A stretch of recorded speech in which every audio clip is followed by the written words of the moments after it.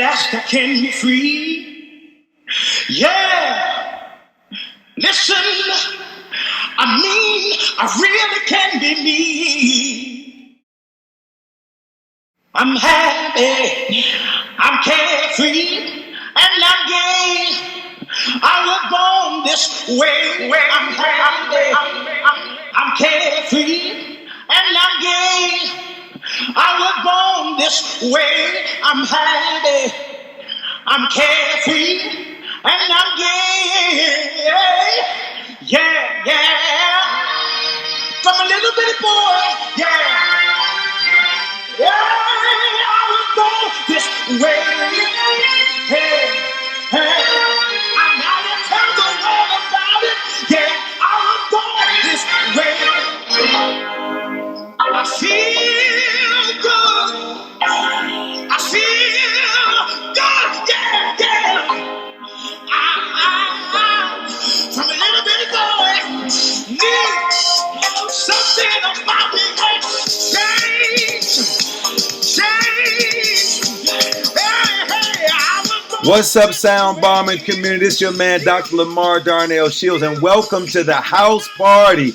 Welcome to the house party. And let me set the record straight. No, that is not Lady Gaga. That is Carl Bean. I Was Born This Way came out in 1977, and I first heard it in 1987 in high school. And I don't care if you were gay, straight, lesbian, queer, or questioning when that song came on the radio or when that song was played in the DJ booth at a club, you got on the floor and you danced all night long. And we started out today's show with I Was Born This Way because today we're dedicating our show to the LGBTQ plus community in honor of Pride Month. And today's subject is about conversion therapy. In honor of Pride Month, today's show is about the dangers of conversion therapy, sometimes known as reparative therapy or sexual orientation therapy, that purports to change a person's sexual orientation, literally converting them from gay to straight. Sound Bomber communities, sit back, put on your seatbelt, because this is about to be a heavy show. Hey everybody, welcome to Sound Bombing. I created this show for people who want to experience a radical, life-changing journey through the sounds of my diverse guests. I hope that each sound you hear on this show will strengthen your faith, encourage your dreams, and challenge you to awaken the greatness within you. Drop the bomb. Drop the bomb. We're gonna drop the bomb. Drop the bomb. We're gonna drop the bomb. Drop the bomb. We come to drop the bomb. Drop the bomb. This is a journey into sound. A journey which along the way will bring to you new color, new dimension, new values, and a new experience.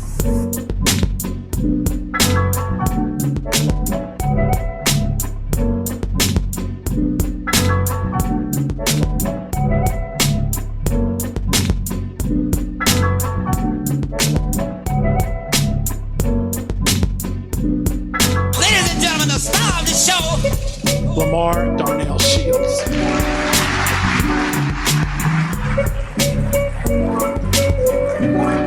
In June 2014, the National Center for Lesbian Rights launched Born Perfect, the campaign to end conversion therapy by passing laws across the country to protect the LGBTQ plus children and young people, fighting in courtrooms to ensure their safety and raising awareness about the serious harms caused by these dangerous practices. Few practices hurt the LGBTQ plus youth more than attempts to change their sexual orientation or gender identity through conversion therapy, which can cause depression, substance abuse, and even suicide. Well, years ago, I saw this film starring Lucas Hedges, Nicole Kidman, and Russell Crowe called Boy Erase. In this film, it tells the story of a kid named Jared, the son of a Baptist pastor in a small American town who was ousted to his parents at age 19. Jared is faced with an ultimatum: attend a conversion therapy program or be permanently exiled, shunned by his family, friends, and faith. Boy Erase is the true story of one young man's struggle to find himself while being forced to question every aspect of his identity.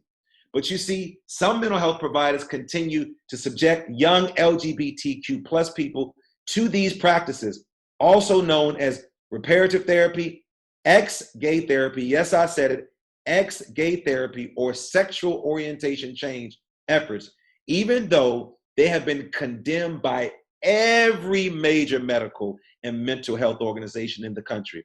Well, my next guest is committed to attending these, my next guest is committed to ending these dangerous and stigmatizing practices across the country once and for all, regulating them to dustbin of history and ensuring every child knows they were born perfect. And how ironic, my next guest's name is Jared. Not Jared from the film, but Jared Dixon. He's a pianist, an author, and a newly published author of his debut novel, Corrupted: The Truth Shall Be the Nail in Your Coffin, with Full Circle Press in October 2019.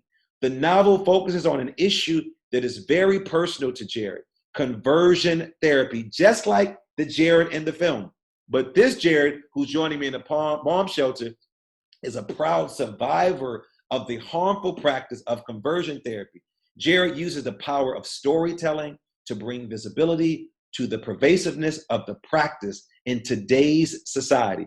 As a writer, his goal is to spark meaningful dialogue about the lingering psychological effects conversion therapy has on its survivors and encourage other survivors to share their experiences. Jared, welcome to the show. How are you? Thank you for having me, Dr. Shields. I am well. I am excited to be here.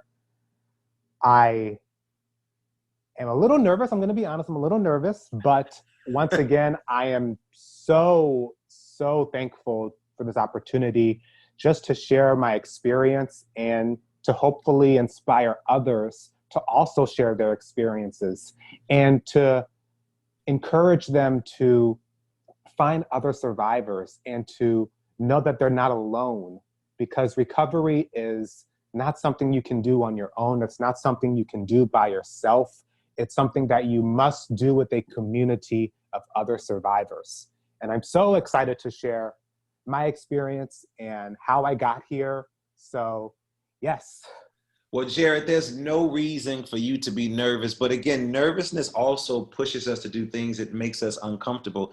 And dude, your life story, your book is about not only just, you being very transparent, but also the reality is you exposing some individuals who did some things to you that we know that is taking place across the country. But before we dive into the book, let's back up a little bit. Hey. And I talked about the film briefly. I love the film. It's a great film. If Wonderful. No one has seen it, and I'm sure you've seen it, Boy Erased, check it out. But for those people who aren't familiar with the concept or the definition, what is conversion therapy? And then what happens at a conversion therapy session? Okay. Conversion therapy, as you said, has many names. It's reparative therapy, ex-gay therapy, or this new sleek acronym called Sexual Orientation Change Efforts, or SOCE. It's a therapy by which the practitioner or counselor tries to convert a LGBTQ patient to heterosexual. A lot of times we think of conversion therapy as a pastor or a spiritual leader praying away the gay, casting demons out, performing exorcisms. We have often attributed conversion therapy to some archaic practices, such as electroshock therapy, very harmful behavior modification therapeutic techniques, many of which have been discredited, thankfully, by every single psychological governing body. But this pervasive conversion therapy that is being practiced now is actually being practiced by licensed mental health professionals, believe it or not. And this type of therapy is essentially one-on-one sessions with a licensed mental health professional, and it pretty much mimics that of a regular therapy session, except there's this overarching goal of converting you to heterosexuality. So I heard you talk about, you mentioned the word discredit. So despite being discredited by every major psychological and medical association, how and why has conversion therapy continued to thrive? And I want to give people a backdrop. There's several states that are still have conversion therapy on the books. Virginia is the first, I know, southern state to prohibit the widely discredited practice, which tries to change a person's sexual orientation or gender identity. But despite being discredited, why is it still happening, do you think? So despite the fact that it has been discredited by every single major psychological governing body, it's still being practiced because, unfortunately, in many homes and in many churches, being LGBTQ is seen as unacceptable. There are a lot of external forces that push a person into pursuing conversion therapy. A lot of the survivors that I've talked with and that I've had the honor and privilege of connecting with over these past few months have actually been part of conversion therapy programs after they were 18 years old. So a lot of people go into these programs because of pressures from their church, pressures from their family members, pressures from their friends. And unfortunately, they go down this very dark and confusing path where they are essentially questioning who they are. And it's, to add insult to injury, the therapists are telling them who they're supposed to be. They're telling them why you can't identify as LGBTQ, why it's harmful for you to identify as an LGBTQ individual. So in my own personal experience, I went through a 9-week teleconference session with 9 other men. And immediately we were told that being LGBTQ is not something that we should identify with anymore in that space and in our lives. We should identify as men with unwanted same-sex attractions. When you get into conversion therapy, the first thing you have to do is you have to remove the label of the LGBTQ identity. So if you identified as that before, you have to shed that label completely. And this removal of that identity is multi-layered, it's complex, it involves eliminating any remnant of that identity from your life, whether it be ending relationships, whether it be ending friendships with your LGBTQ friends, whether it be discontinuing any practices that affirm your LGBTQ identity, such as going to clubs or meeting with support groups for LGBTQ people. You essentially have to surround yourself with people who believe that your sexual orientation can be changed to heterosexuality. You have to surround yourself, particularly the men, with masculine, straight men who are comfortable in who they are and who know your struggle and support your willingness to change. That's a lot, isn't it?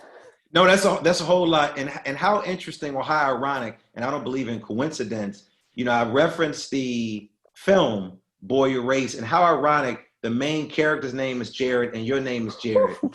So Yes. when you watched that film and you saw this character with the same name as you, and you described what you just described, what you saw on the screen, I'm watching it, you living it in real time.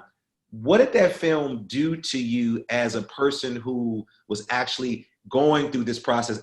Had you had gone through the conversion therapy prior to watching the film, or vice versa? I had gone through it prior to watching the film. When I did see the film, it had been almost 8 years since I had gone through the therapy. So in many ways, it was bringing up those experiences and those feelings that I had while going through it. My experience with the therapy started in January of 2011. I had come out to my parents, and obviously that went really well because I ended up in conversion therapy. So walk me through, because I did a show called I'm Coming Out. I do a storytelling series that travels across the country, and we did a story series around the LGBTQ plus community about their coming out story. If you don't mind, share that story, that coming out story with your parents, and then also then talk about the next step of going into conversion therapy. Because I always think that those individuals who are sort of struggling with their identity, when they hear other people share their stories, Jared, it does a lot for them. When we did this show, and I'm going to tell you, this show really pushed me, not saying I had any issues with the LGBTQ plus community at all, but it also pushed me to talk about the things that I'm holding on to that I'm afraid to share with other people. And that's why we created that show, because it wasn't just about people coming out, quote unquote, coming out of the closet. It's that there are many of us who are walking around with this baggage. And when we went through our rehearsals with these storytellers and we heard these stories, I turned to the director and my co-producer and said, I can't imagine walking around with this elephant on my back that is holding me back from being who God wants me to be. So if you can share that story and then talk about how you then got into the conversion therapy sessions. Absolutely. So I came out to my mother on December the 30th, 2010. My man remembers the date and time. You know. What were you wearing? You remember what you were wearing? You remember what you were listening to? Date and time. I love it. I do remember I was sitting on the stairs. How old were you? I was 21. Okay. And I was wearing sweatpants because I was at home for Christmas break from college. And I always wore sweatpants when I was around the house. And I told my mom that I had come out to some friends a couple of months prior. And at first she was like, of course, I still love you. And, you're still my son. Yeah. And then all of a sudden, not even 2 hours later, probably an hour and a half later, we were eating some apple pie and watching something on TV. And she was like, if you go down that path, and then all of a sudden, this uneasy feeling started to come over me. It was this foreboding that sent chills down my spine, and it stayed with me for days. And throughout those couple of days, my mom was like, I can't just keep this from your father.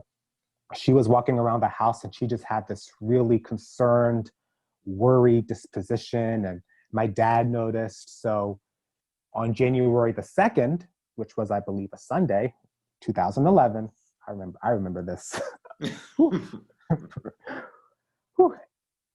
We were coming home from church and we pulled into a parking lot that had a Shoppers in it. And I told him that I was gay. And he was just, once again, shocked. Almost, you could just visibly see his discomfort and his stubbornness. He just couldn't believe it. He couldn't accept it. He couldn't sit with it. He kept saying, Jared, just give yourself a chance. Give yourself a chance. And I didn't know what that meant at the time, because at this moment, I'm just thinking, I came out. This has been something that I've been holding on to for pretty much my whole life. And I'm trying to register what's going on with you, but I can't at the same time because I'm trying to sit with how this feels to have this secret now out in the open. So fast forward 5 days later, both of my parents present me with this program through the International Healing Foundation. The International Healing Foundation, which shut its doors in maybe 2013 or 2014, was a nonprofit organization that provided conversion therapy. The founder, Richard Cohen, has been a controversial figure in the ex-gay movement. He is a professed ex-gay himself. He's married to a woman and has 3 children. He was expelled from the American Counseling Association in 2002 over an ethics violation. And he has some very interesting and scary therapeutic techniques that I did not know about when my parents had presented me with the program through the International Healing Foundation. A day later, I was just on the fence about whether or not to do it. My parents were pushing me toward giving it a try and approaching it with an open mind. At some point, I was just thinking, they're just going to keep doing this. They're going to keep badgering me, and I'm never going to be able to have any peace. So why don't I just say yes and get it over with? And maybe they're right, because I think at some point when we're young adults, I think we all sort of seek our parents' approval on some level. We still trust their instincts and we trust that they have our best interests at heart. And deep down, I thought that they did. Deep down, I was like, they really just want me to have a good life. They want me to be successful. They want me to thrive and be my best self. And maybe this is part of it. So I said yes. And then my dad paid that $450 for those 9 weeks so fast. I mean, my head spun. You like, I was trying to get some Jordans and you never gave me a pair of Jordans and the Right. latest joggers. Don't you see I wear these same sweatpants every day? And you pulled out the $450. So Dad kicked the money out. So you were 20. Dr. Shields. Go ahead. He kicked that money. Dr. Shields, I have a Jordan story because I wanted a pair of Air Jordans when I was 8. And he was like, you're going to work for it. You're going to rake leaves every Saturday and buy them with your own money. But he pulled the conversion therapy money out of his pocket. Lord, like he had a bank account, like Jordan's bank account, conversion therapy bank account. Which one am I going to pull from the quickest? All right, Dad. Right. And so you were 21 at the time. So you were still in college, right? I was still in college. I was going into my final semester at Norfolk State University. I was Shout on full out. academic scholarship. Shout out to Spartans. Shout out to in Norfolk. Yeah, shout out to the HBCUs Shout in the out building. to the Spartans and the HBCUs. So when did you do this? Did you do it during the summer? Like, when did you do this? So the program started in mid-January. It was the Wednesday right after the Martin Luther King holiday. Okay. So from 7:30 to 9 p.m. every Wednesday, I would call a number, punch in an access code, and I would identify myself by my first name only. And our leader or our therapist was a man by the name of Christopher Doyle. Christopher Doyle was a man who used to identify as gay and said that he was now straight. He studied under Richard Cohen. Richard Cohen was his mentor. And he really believed that a person can change their sexual orientation. He shared with us his story about changing, and the way he presented his story, Dr. Shields, it was just too good to be true. He talks about being attracted to men and acting out on those attractions in his late teens and probably the first year of his 20s. And then he said, one day they just went away. He used that terminology. One day they just went away. And I set out on a mission to find out how they went away. And it led me to the work that I'm doing now. So immediately, during that first session, he was dangling this carrot in front of us. He said, they went away. I was on a mission to figure out how they went away. Now I'm married to a woman. I have 2 kids. I'm living my dreams. This can be you. And it was just all of these, ooh, what's this? Just all of these rewards that he was just presenting to us. So were you on the call by Back to yourself, back. or were there a group of people on the call with you? So there were 9 of us. There were 9 of you all. Our ages ranged from, I believe, 17 or 18 all the way up to 38. So you all come in sort of like almost like a camp as a cohort of people. We came in as a cohort. We did, and we were only on a first name basis because at the time we were very protective of our identities, and Chris Doyle didn't want us to develop any sort of relationships or friendships outside of the mandated sessions that he regulated. Okay. So we were on a first name basis to protect our identities. Some people were fearful that they could be outed at work or in school, and he wanted to protect our identities and make sure that we weren't going to get into any kind of trouble or experience any difficulties because someone knew that we were men with unwanted same-sex attractions. Those were his words. So he's telling his story. He's dangling his carrot in front of you all. Yes. You're spinning. This is a 9-week program. You said 9 weeks, and it's about 9 weeks spread over the course of 11 weeks because we had a week break in between a couple of the sessions. So you would call in you at Norfolk State kicking and having a good time, and every Wednesday you would dial this number and then check in with the rest of the group. Yes. So I had class from 5:30 to 7. So I had to drive from the front of the campus where I had my class back to my dormitory. And at the time, my parents didn't want me to have these sessions while I was in my dorm because I shared it with 5 other students. So I was actually in my car and I would be eating my lunch. I think I would get like a burrito with some fries and a soda, and I would sit in my car and I would eat my dinner and go through the reading materials and listen to Chris Doyle spout his psychobabble, as I've now come to understand what it was, psychobabble. Wow.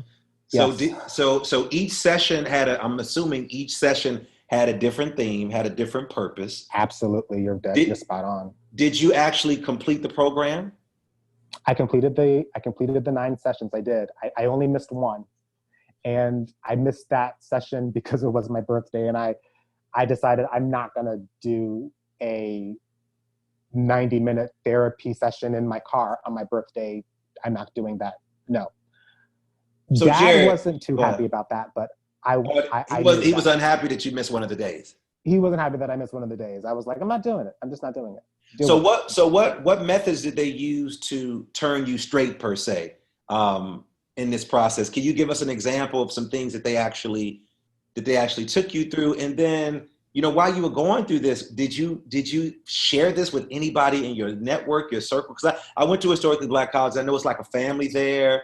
And even though, many of us struggle with a lot of our own identities, and I don't know if you had come out to anybody in your circle. So what are some strategies that they use? And then did you share this with anybody in your circle or maybe even family members?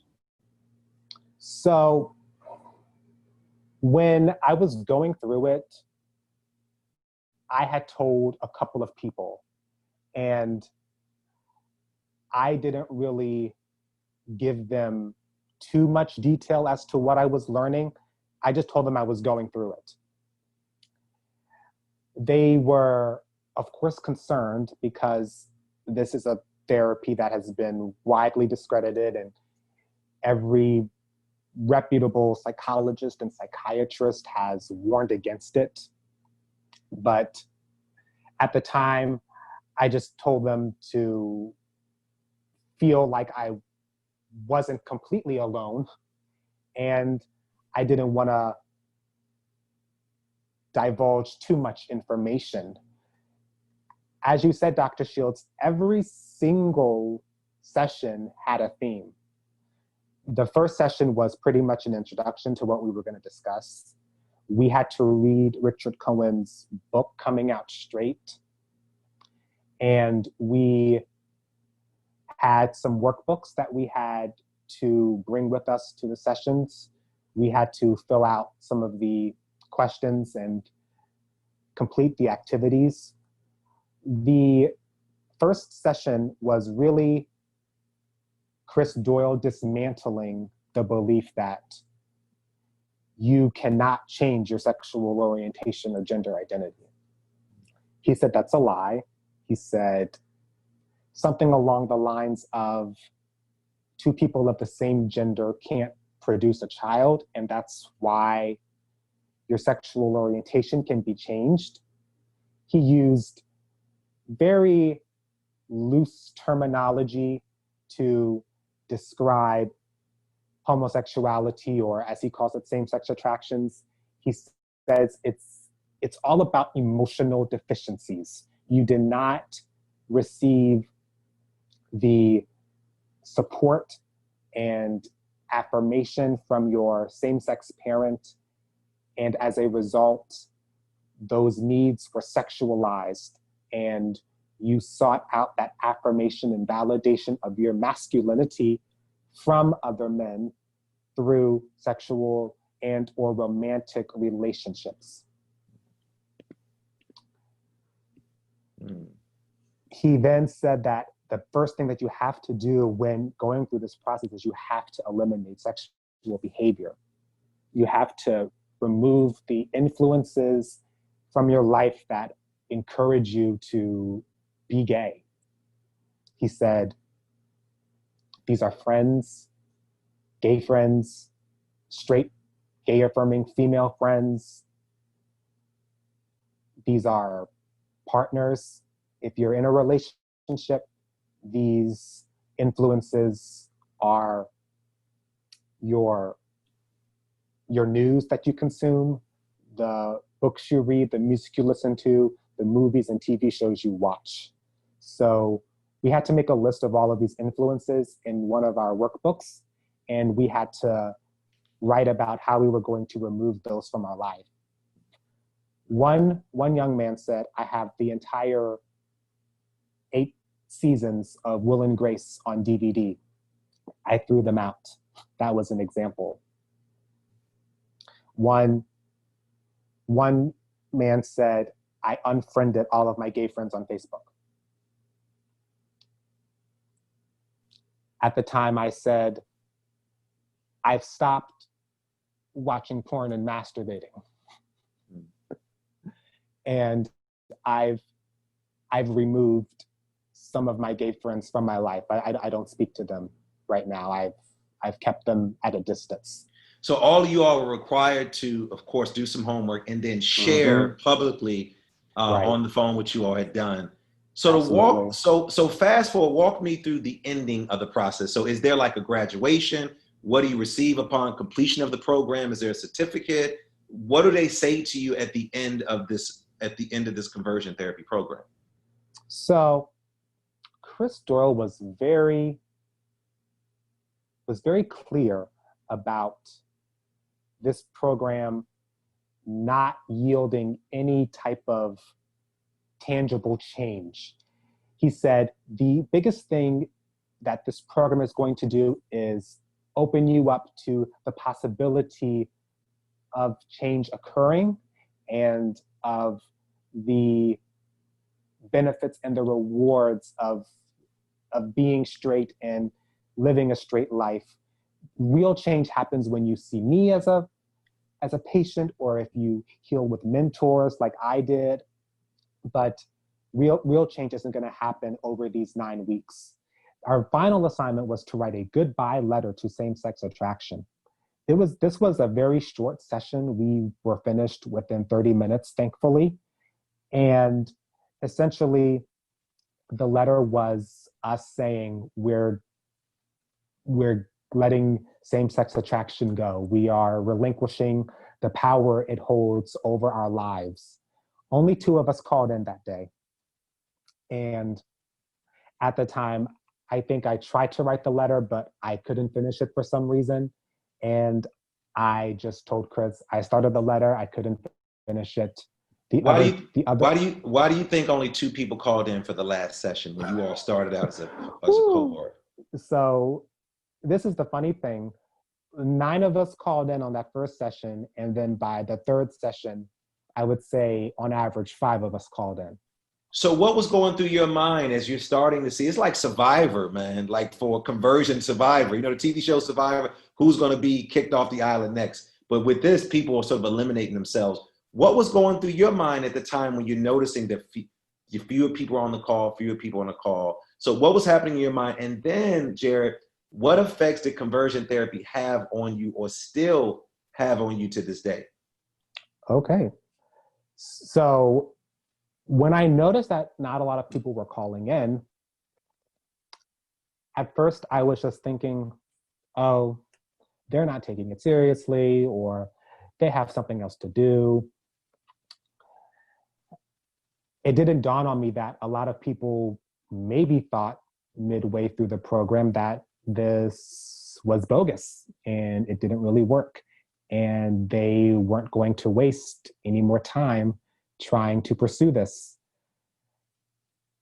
At the time, I was just thinking, let these 9 weeks be over and then see what happens after that. As I was going through the therapy, I became extremely depressed. Which is when you look at the research, when you look at the data, when I look at what was sent to me from my producers, this is a common after effect. So you're going through now this bout with depression, okay? Yeah, I was going through this bout with depression.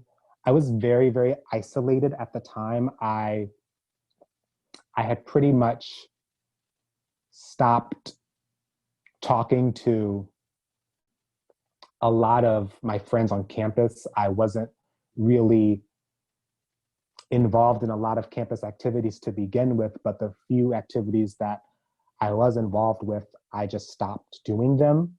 I remember sometimes feeling so emotionally drained from the sessions that I would skip my morning class on Thursday. And essentially, I had gotten into a depression so severe that I was contemplating suicide.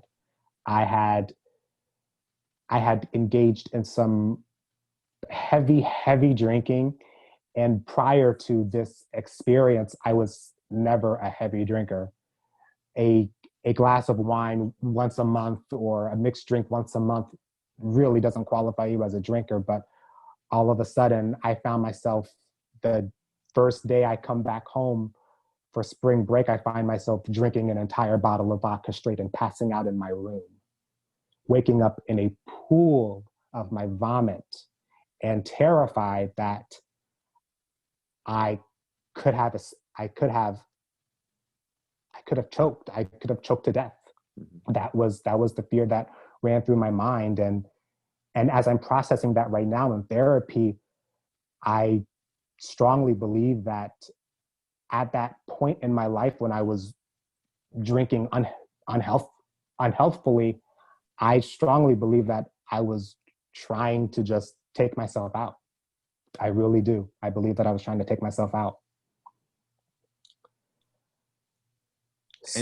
And so currently are you currently in therapy for conversion therapy? Are you in therapy for conversion therapy? And what is the relationship with your mother and father right now? So I have been in therapy for a good 7 years. I'm going to be very honest. I did not start taking therapy seriously until last year. I did not start processing the long-term effects of conversion therapy on my life until last year. Really talking about what I listened to, what I absorbed, what I internalized during those 9 weeks and beyond. Because really, as I was telling my therapist when I first met him and started working with him at the beginning of 2019, I was like on the fence about going back to Chris Doyle, seeing him individually. I had even reached out to him in July to see if he offered Skype sessions. That was something that I was thinking about doing. And right now, I'm disgusted that I even thought about that, but my mind at the time was like so confused, and I was presented with all of this information, and so much of what Chris had said resonated with me, and I thought, well, maybe I should just give this a try. And then I would essentially be on the seesaw of one day I wanted to do it and another day I didn't want to do it. And then in August of 2011, I told my dad, I said, I'm not doing this anymore. I said, I know you keep asking me, do I want to see him? And I keep saying maybe. And then one day I say no. And then another day I say yes. But now I'm like, no, nope. August of 2011, I said, I'm done. I'm done. I'm not doing this anymore. My relationship with my parents right now, well, that's a loaded question, Dr. Shields.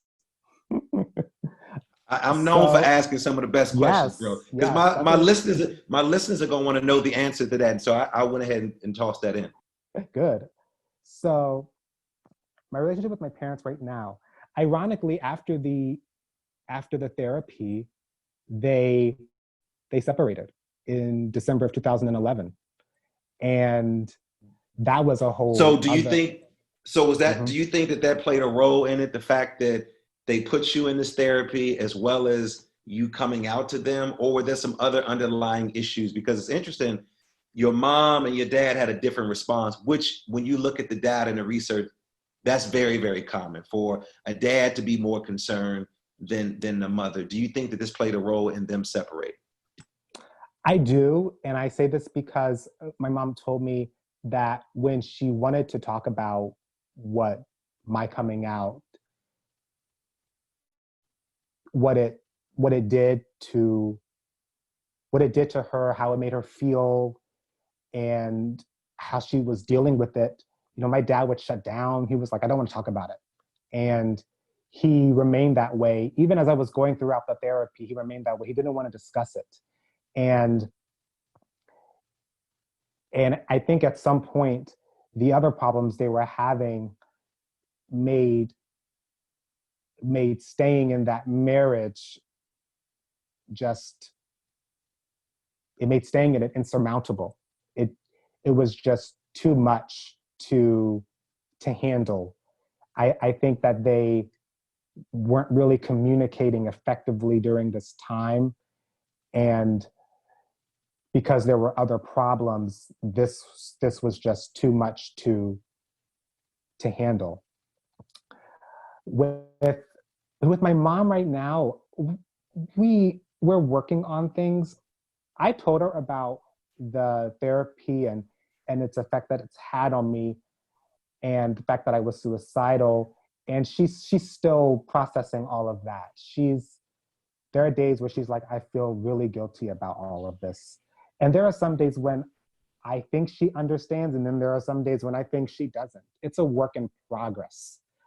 I will be honest and say there are times when I won't speak to her for a good month because I need to practice self-care for myself, and I need to take care of myself. Conversion therapy is all about doing things to make other people happy and to put them at ease. And part of undoing what was done to me in conversion therapy was really focusing on self-care and focusing on the things that I need in my life to make my life run.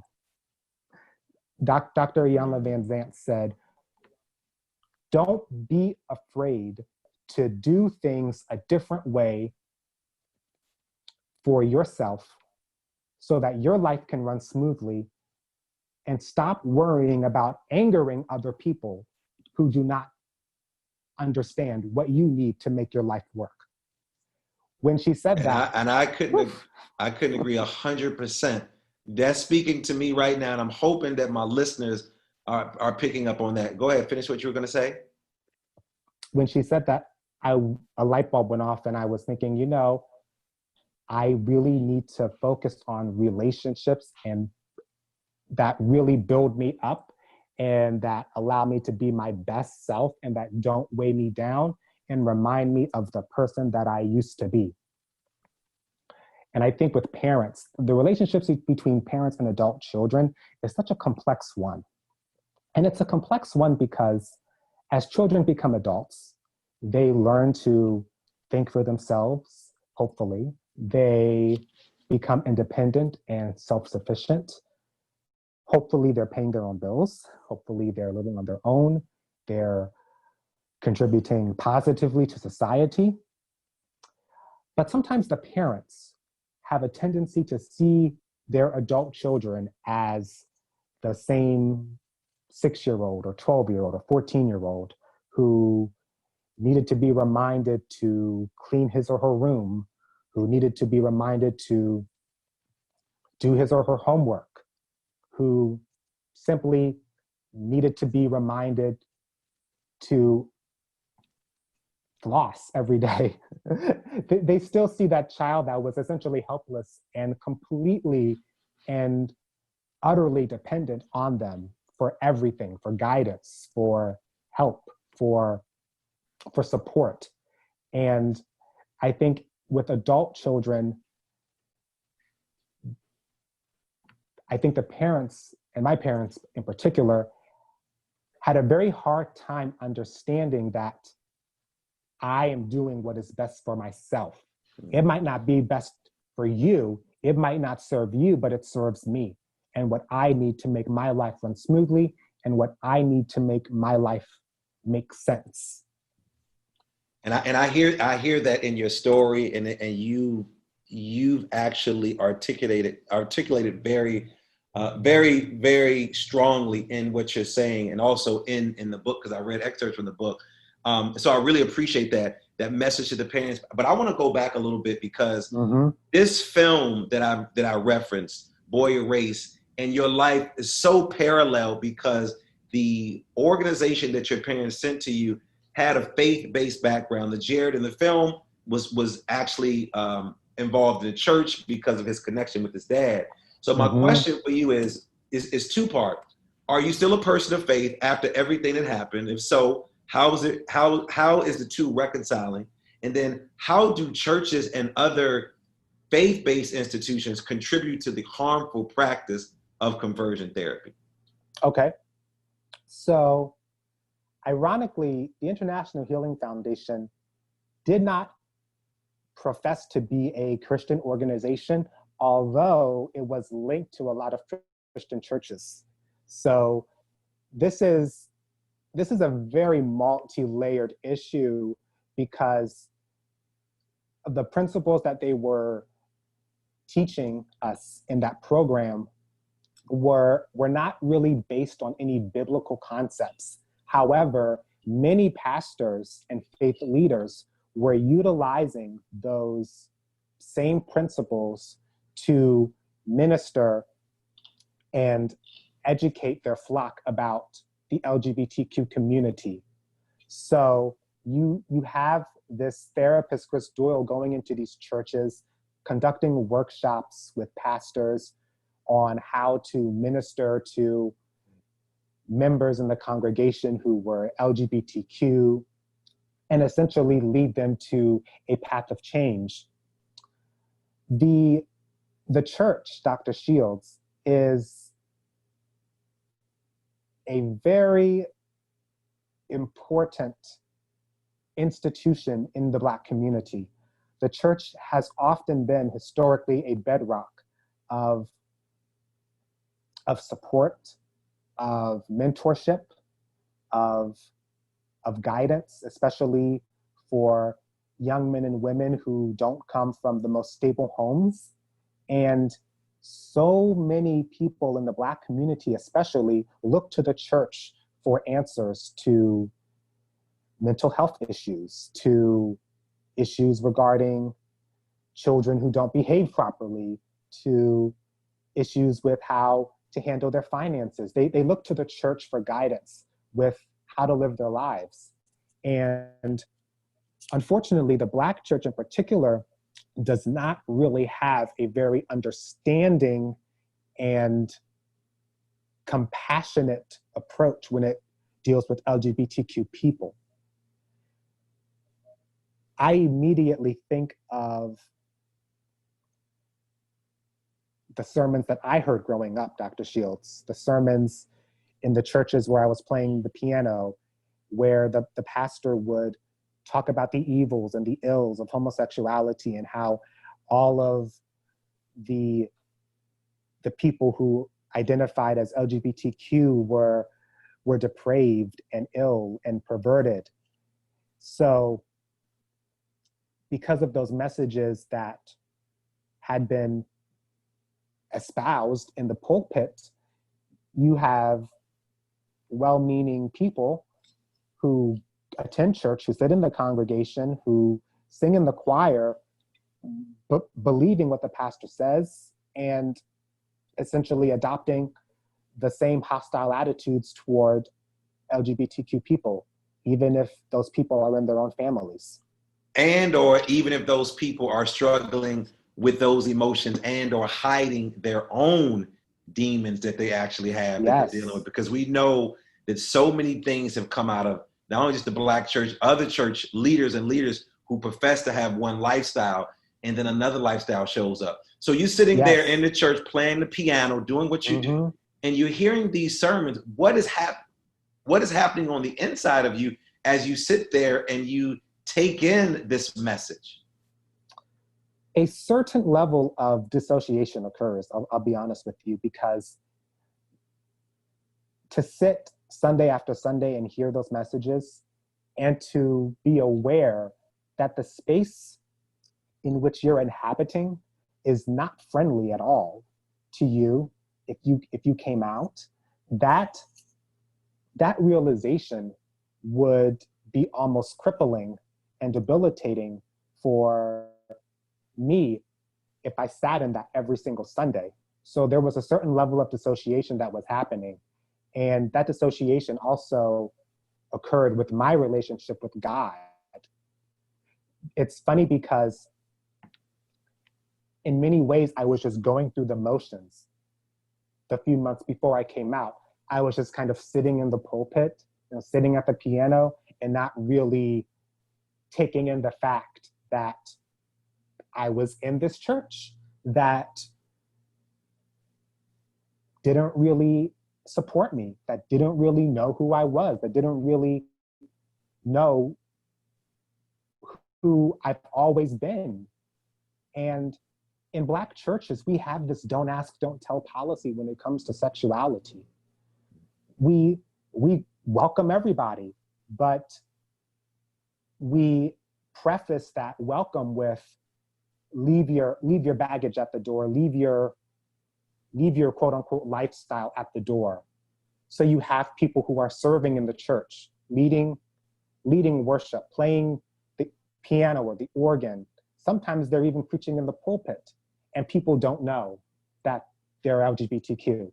They don't know that they've had a partner for years. They don't know that they have this whole other life that does not mirror the ones, or that does not mirror the life that they profess every single Sunday. My relationship with God.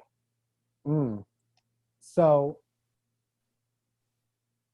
a few months after the whole conversion therapy experience, and really even during that experience, I was very angry with God. I was very angry with God. I said, what kind of God could allow this? There is no God. I was very upset.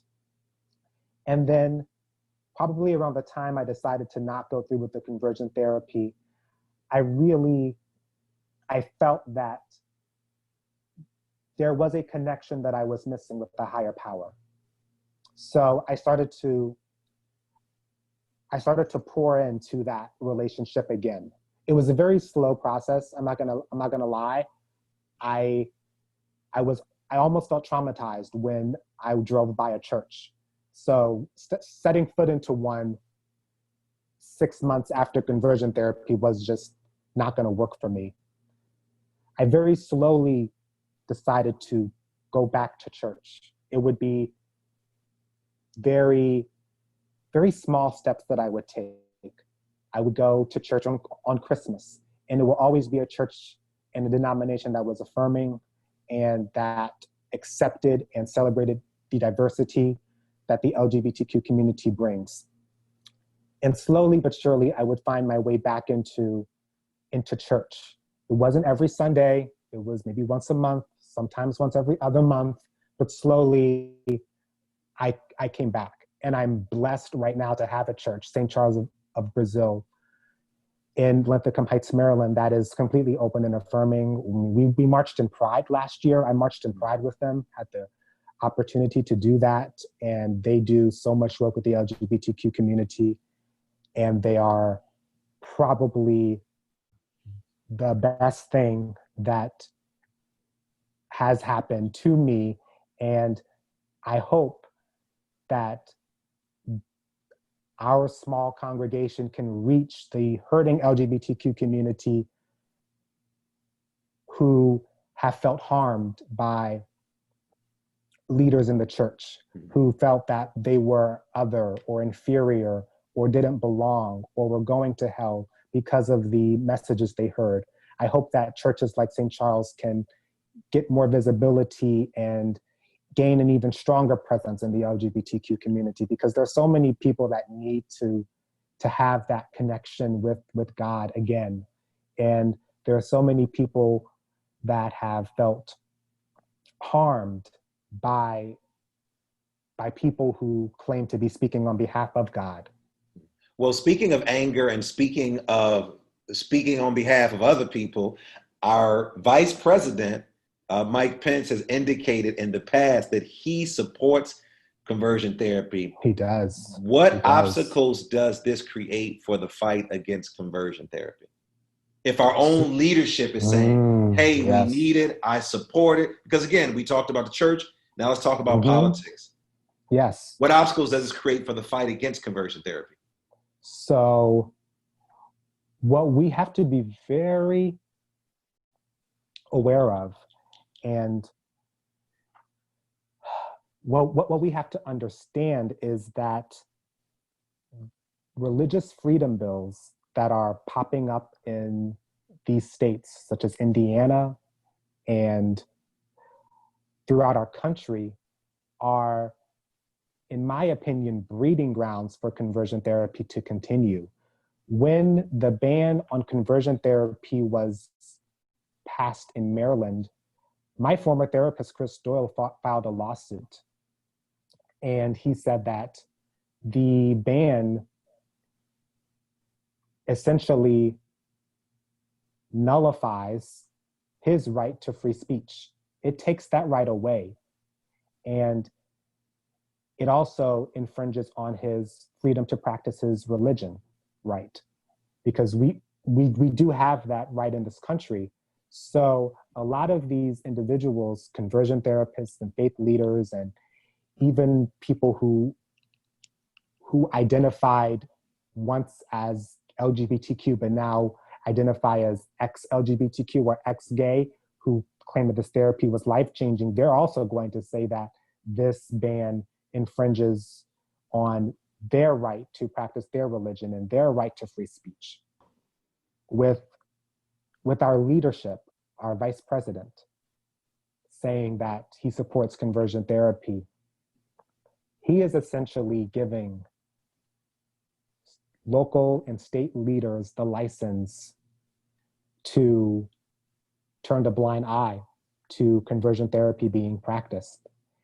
And I also want to say that conversion therapy does not just harm people who are under the age of 18. It harms people who are over the age of 18, who go through the therapy because of external pressures from families, from their faith communities. And a lot of times we also need resources for them, because I think these bans are absolutely necessary, and they're wonderful for young people, for minors, for people who legally cannot necessarily decide for themselves what kind of therapy they go through. But for people who are over the age of 18, people who by all definitions are adults and can make decisions for themselves, yet still find themselves in conversion therapy, working with a Chris Doyle, working with a practitioner who believes that sexuality is a choice and can be changed, they're also being damaged. I strongly believe that we have to find laws and policies that also support those individuals. Individuals like myself who went through the program at 21 and who by society's definition was an adult. And I've talked with a lot of people who went through this therapy after the age of 18, who went through it for the same reasons that I did, because other people had pressured them into doing it. And really, we need to also provide support and protections for them as well. Well, we know that you are doing just that, Jared. You have a new book, The Truth Shall Be in the Nail in Your Coffin. Yes. And you've been giving talks about conversion therapy all over. What message do you hope to send by sharing your experiences? The message that I really hope to send, and that I really hope resonates, is that there is a community out there that will support you and love you for who you are. You just have to find it. If for any reason you find yourself in conversion therapy, whether you're 17 or you're 25 or you're 35, know that you can walk away. One day you will walk away. The practice is harmful and it is abusive because it tells you that your identity, that who you are at your core is wrong. It seeks to erase the identities of LGBTQ people. Conversion therapy is harmful because it seeks to demonize LGBTQ people who are thriving, who are making amazing contributions to society, who are living proof that the principles espoused in conversion therapy are false. The claims are baseless. And that is essentially why it's harmful. I also want to talk about an organization that I'm really blessed to be a part of, which is called Conversion Therapy Survivors. Our website, ctsurvivors.org, CT is going to be in capital letters, is going to launch on June 28th. And that's going to be a network of resources and just individuals who have also gone through conversion therapy. And we're in the beginning stages, but we want to provide essentially unconversion support, unconversion classes and workshops, so that people can heal from the trauma of conversion therapy and unlearn everything they were taught. And for some people, they were in it for decades, so they're going to have to unpack a lot, and they're going to have to unlearn a lot. And there are some people that were in it for a few months, like myself, that will still have to unpack their fair share of baggage and trauma and residual feelings that they didn't even know they had. but I truly believe that it's worth it. And I believe that more organizations need to focus on support for survivors. Survivor support is so important. There's a population out there of LGBTQ people who have gone through conversion therapy, who have been harmed by religious institutions, and sometimes they don't feel like they have the support from the LGBTQ community at large. We must shine a light on their experiences. We must shine a light on their pain, on their stories of strength and resilience. And we must provide them with the opportunity and the platform to speak their truth, to talk about their experiences, and to essentially inspire others and move others to also leave situations that are harmful and detrimental to their health. This is what I'm doing. This is what I'm put on this earth to do, is to bring awareness to this issue and to hopefully facilitate in powerful ways healing for others who have gone through what I've gone through. Well, Jared, it has been a pleasure talking to you, man. Thank you for your transparency. Thank you for all the information. And thank you for allowing us to take this personal journey with you and just being open and very transparent. How can our listeners get in contact with you? So you can find me on Facebook and Instagram. That's going to be www.facebook.com/DIJared13. You can message me. You can also reach out to me via my website at www.jareddixon.com. I answer and reply to all of my messages. So please feel free to follow me on Facebook and Instagram, and to reach out to me if you want to share your story and if you want to find resources for other conversion therapy survivors. We are a network of brave and smart men and women who are living proof that you can be happy and gay. You can be successful and gay. Well, man, thank you. It's been a pleasure talking to you. Thanks for joining me today in the bomb shelter. It's been amazing. And also, to help fight against conversion therapy, visit 50 Bills, 50 States website to find out how you can help. Join the Born Perfect campaign, hashtag Born Perfect. I would like to thank my engineer, Alec Blanc, my producer, Nicole Klempaka, Supremacy, for our theme music, and all of you for listening. Make sure you subscribe, leave a comment, and stop being stingy, and share me with your friends. And if you want to know more about me, you can visit drdrlds.com. And as always, believe that something wonderful is about to happen, and that some people miss the message because they're too busy looking for the mess. Thanks for tuning in, and do something for someone other than yourself today. You've been listening to Sound Bombing. Peace.